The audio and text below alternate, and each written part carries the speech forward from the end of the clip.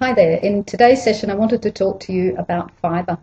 I know I've spoken a wee bit about fibre in previous sessions, particularly with regard to nutritional labels, but today I wanted to talk more about the details about why it's so important. So first of all though, what is it? Fibre or roughage is found in all plants. It's the part of the plant that cannot be absorbed by humans, and it's hugely, extremely important component of a healthy, balanced diet. I can't emphasize that enough. So why eat it? Firstly, it helps your digestive system to process food and absorb nutrients. Fibre lowers your blood cholesterol, and it helps to control your blood sugar levels, which in turn controls your appetite and helps with weight loss. So there are two types of fibre. One is insoluble and one is soluble. Now, I don't want you to get bogged down with the difference, but I just thought I need to tell you what the varieties are. So first of all, insoluble, that's the one that helps your bowel to pass food by making the stool soft and bulky. So it helps prevent constipation. Several sources: green beans, brown rice, fruits with edible seeds, lentils, corn, dark green leafy vegetables, pulses, wheat bran, whole grain foods, and nuts and seeds are all sources. So if you look at that list and you see perhaps there are one or two things there that you're not eating, maybe try them one at a time, add to your diet. They're absolutely vital. You need them. Soluble fibre, it is the other one. It lowers your cholesterol and controls your blood sugar level and therefore controls your appetite. So it's found in all fruit and vegetables. There are some particularly rich sources: apples, barley, oranges, carrots, nuts, legumes, oats, pears, strawberries, and flaxseed. Again, take a look at that list. If there's one or two there that you don't often have in your diet, perhaps add one or two at a time. So how much do you need? Currently, the advice is to eat about 18 grams of fibre a day. Most adults actually only eat about 12. I would go so far as even saying you can go up to 30 grams of fibre a day. So one slice of white bread at the moment would be about 1 gram of fibre, as opposed to wholemeal bread, and that's 2.5 to 3 grams of fibre per slice. And I think that's something that you possibly remember from previous sessions, but you've got to choose a bread. Look at the nutritional label and see, is it at least 2.5 grams of fibre per slice. One portion of penne pasta has actually 2.3 grams of fibre. That's your normal white pasta, as opposed to whole wheat pasta has 9 grams. That's a massive, massive difference. So please choose the whole wheat variety. I know it takes a lot longer to cook, but it tastes, well, pretty much the same, but it's far, far better for you. Okay, I wanted to look at a few cereals here. I want you to take a second to look at those 8 cereals. I hope you can see Special K there. Well, 4 of them basically have better fibre content. Let's have a quick look through and see which ones. Okay, I'll tell you. First of all, bran flakes. Then there's shredded wheat, Alpen, and in fact Cheerios. If you look at the for a 60-gram serving, there's 9 grams of fibre in bran flakes. That's a massive reason to start eating them. Then there's shredded wheat with 7, Alpen with 4.5, and Cheerios with 4 grams. And one of the cereals that we do recommend eating would be Special K. It doesn't have a huge fibre content, but it's still very good for other reasons. So if you look at the nutritional label, you should know why that is. But certainly the others I would avoid if possible. Other types of food for fibre: you can eat an orange and get 2.5 grams of fibre. A tablespoon of pumpkin seeds would be 1 gram of fibre. Monkey nuts would be 8 grams of fibre, and a small carrot would give you 2 grams of fibre. So with regard to labelling, I know once again a lot of people will just look at a label and see high fibre. Well, absolutely, go for it. It says high fibre because it needs to contain at least 6 grams of fibre to have that on the label. A source of fibre needs to have 3 grams of fibre per 100 grams. Big warning just before you proceed and go and eat all the monkey nuts and the oranges in the world. I need you to be very careful about increasing your intake of fibre overnight. I think you should aim for about a 5-gram increase over a 3 to 5 day period and drink loads of water for it to be effective. If you don't do that and suddenly increase your fibre, you really will overburden your digestive system and you'll pay for it. Okay, so everybody eat your fibre. Okay, it's going to lower your cholesterol and it's going to control your blood sugar levels and therefore control your appetite. Okay, the next topic is being assertive, and a lot of people would say to me, what is this topic doing as part of a healthy lifestyle program? But it's absolutely vital that you are confident in your decisions and are ready to respond to people around you. So I think it's really the glue that holds the whole thing together as far as moving forward and being confident about where you're going in this, this really positive journey. Okay, to start with, what would you say to a friend who makes fun of your healthy lunch and offers you a McDonald's meal instead? I know your answer, Julie, but a lot of people would be tossing up, oh gosh, will I stick with my healthy lunch, or perhaps I would be tempted by the McDonald's. But I want you to be ready. So if you're the sort of person that is a wee bit more aggressive or passive, then maybe you won't get the right answer. But most people think about, are concerned if they assert themselves. Others will think of their behaviour as being aggressive. But there's actually a difference between being assertive and being aggressive. So they're poles apart, really. They are. We're just going to learn about how they are. Okay, aggressive response could be, and leave me alone. Yes. Aggressive people attack others' opinions in favour of their own. A passive response, on the other hand, might be, okay then, I'll have a McDonald's. Passive people rarely state their opinions at all. I'll just go along with it. Assertive response, on the other hand, would be, no thanks, I'm really happy with my lunch, but feel free to eat at McDonald's. So assertive people state their opinions while still being respectful of others.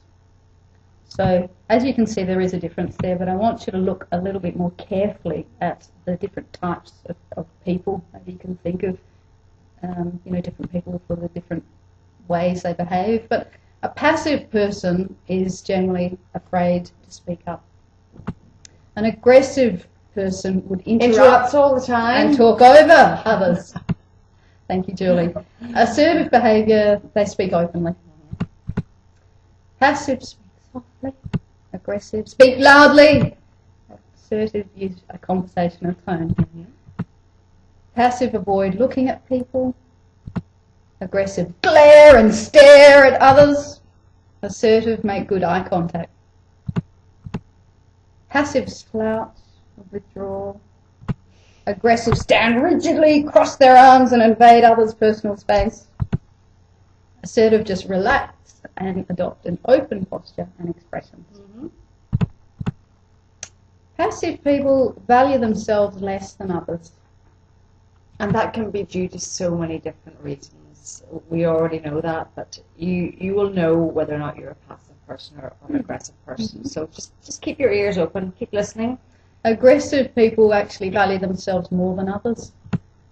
And assertive people value themselves equal to others. Passive people don't reach their goals and may not even know their goals. Aggressive people reach their goals but hurt others in the process. And assertive usually reach their goals without alienating anyone else. And very often bring people along with them if it's a positive journey as well. Finally, you're okay, I'm not, is a passive person. Aggressive, I'm okay, you're not. And I don't care. Assertive, I'm okay, you're okay. Isn't that sweet? Yes. Okay, so assertiveness is something that you develop and strengthen over time. I mean, I was saying earlier that basically I was a passive person, and I have just practiced and become more assertive. So practicing it regularly and reminding yourself that you have value, your opinions count, is an important way to build that assertiveness. I think a good way to do it, it may seem silly, but quite a good way to practice is in front of the mirror, seeing yourself responding to somebody saying, "Oh, for God's sake, you're on a diet," or you're not eating that lettuce stuff. What you might want to say back is, "I'm actually really enjoying this new healthy lifestyle that I'm embarking on," or "I actually really enjoy this."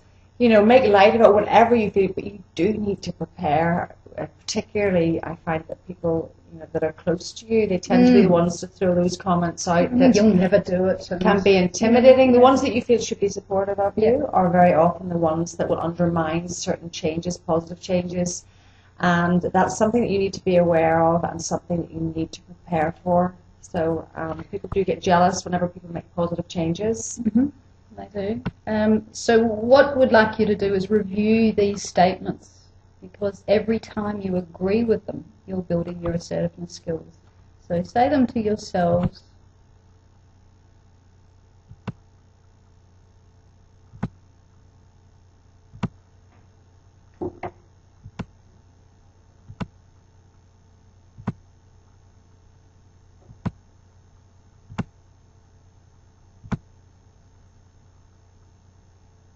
Practice your assertiveness skills. And maybe pick 2 out of those, and the ones that you feel will be most relating to situations that you're in, and just go over and over. There'll be some there that you are feeling quite confident about. Yeah. But, it's the others, and not very many people actually would be honest and say yes to all of those, but just keep practicing. All tied in with your self-worth and your self-confidence. All of this is building from the inside, as well as all the changes that you're making physically to yourself on the outside. It's you can't have one without the other, and it's so important that you keep that very much at the forefront of your head, that how you respond and how you interact with different people, and all those very positive verbal changes are all part of it. Yeah, I mean, the next thing I'd like people to do is actually a self-worth questionnaire. Great. Be honest. It's something that you can download afterwards and complete, but and then it will give you results. But it's an eye opener, really. Answer the questions honestly. It's either A, B, C, or D for each of them. And take as much time as you want, because sometimes being honest with yourself is maybe not something that you're doing that often. And I'm not being harsh here. I'm just saying, look at it, be true, and if you need to go away and think about a particular answer, take time, do that.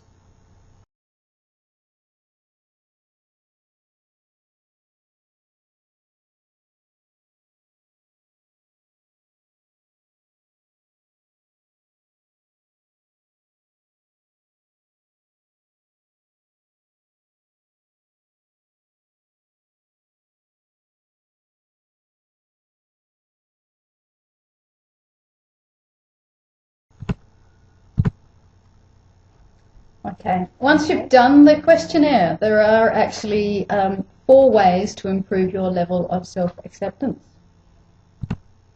Focus on your strengths. Write down 10 things you admire about yourself relating to your personality or abilities. Are you loving, generous, supportive, good with children? Can you make people laugh? Are you sensitive to others' feelings? Yeah. Okay, well, write them down and just consult that list whenever you feel down on yourself. Secondly, to accept your physical self, look at yourself in the mirror. Instead of focusing on what's wrong, like a large nose or frizzy hair, find 3 positive things about your appearance, like you have good skin, white teeth, or nicely developed calves. Put your observations on paper and the list will grow. And everybody has a nice smile. It transforms people's faces. You know that. Just smile. That in itself is going to give such a positive vibe from you. Remember that someone meeting you for the first time sees the whole person, and he or she is unlikely to be focused on your flaws. Thirdly, stop being so hard on yourself. If you make a mistake, instead of saying, I can never get anything right, say, I will do better next time. And this in relation to weight loss, as always, when we talk about falling off the bandwagon. Remember, 3 days, not 3 weeks, not 3 months before you get back on track again. Okay. And finally, surround yourself with supportive friends or mentors. Beware those who do not respect you or your values and discourage you from doing what makes you happy. If family members fall into this category, you need to cultivate friends who accept you as you are and give the support you need. That is such a big one for me. I mean, I didn't mention it earlier on, but very often the people that you think are going to give you the most support are the ones that don't. There is a lot of issues with jealousy that come on board here with both friends and family. This is not about you judging them. I'm not saying that. But sometimes you're embarking on something that they wish they had the courage to do. And this is where you have to be strong for yourself. This is your journey, and, you know, you are going to get a lot of people who are going to make comments that, you know, who does she think she is? Oh, this whole healthy lifestyle. Oh, you're far too skinny anyway. Whatever it's going to be, you know the people who will say it. You know the kind of underlying jibes they might have. You may lose friends over it. That's a terribly sad thing to say, but sometimes people will see such a change in you, you know, physically sometimes, that they don't feel comfortable around you. These are facts. I've seen it happen on many, many occasions, and so just be aware of it. It's not to use it as an excuse to say, oh my gosh, I love my friends, I don't want to lose weight, or I don't want to get start a healthier lifestyle. Just be aware and be strong, and know this is about you putting yourself first and making positive changes, and not letting other people's comments or negativity control you in any way.